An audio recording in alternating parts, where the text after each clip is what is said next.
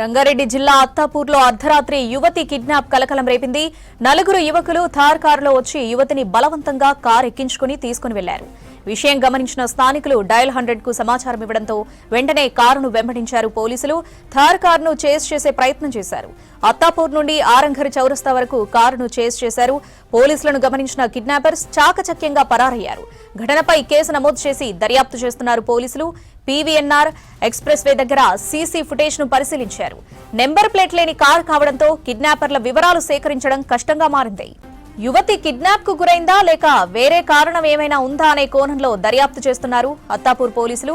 Kidnap కు గురైన యువతి ఎవరన్నది ఇంకా తెలియలేదు. యువతి కిడ్నాప్ కు గురైనట్లుగా ఇప్పటివరకు తమకు ఫిర్యాదు అందలేదని తెలిపారు పోలీసులు.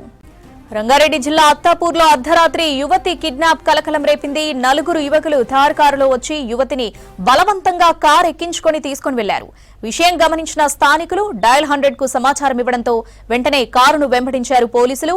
థార్ కారును చేస్ చేసే ప్రయత్నం చేశారు. అత్తాపూర్ నుండి ఆరంఘర్ చౌరస్తా వరకు కారును చేస్ చేశారు. పోలీసులను గమనించిన కిడ్నాపర్స్ చాకచక్యంగా పరారయ్యారు. ఘటనపై కేసు నమోదు చేసి దర్యాప్తు చేస్తున్నారు పోలీసులు. పీవీఎన్ఆర్ ఎక్స్ప్రెస్ వే దగ్గర సీసీ ఫుటేజ్ ను పరిశీలించారు. నెంబర్ ప్లేట్ లేని కారు కావడంతో కిడ్నాపర్ల వివరాలు సేకరించడం కష్టంగా మారింది. యువతి కిడ్నాప్ కు గురైందా లేక వేరే కారణం ఏమైనా ఉందా అనే కోణంలో దర్యాప్తు చేస్తున్నారు అత్తాపూర్ పోలీసులు. కిడ్నాప్ కు గురైన యువతి ఎవరన్నది ఇంకా తెలియలేదు. యువతి కిడ్నాప్ కు గురైనట్లుగా ఇప్పటివరకు తమకు ఫిర్యాదు అందలేదని తెలిపారు పోలీసులు.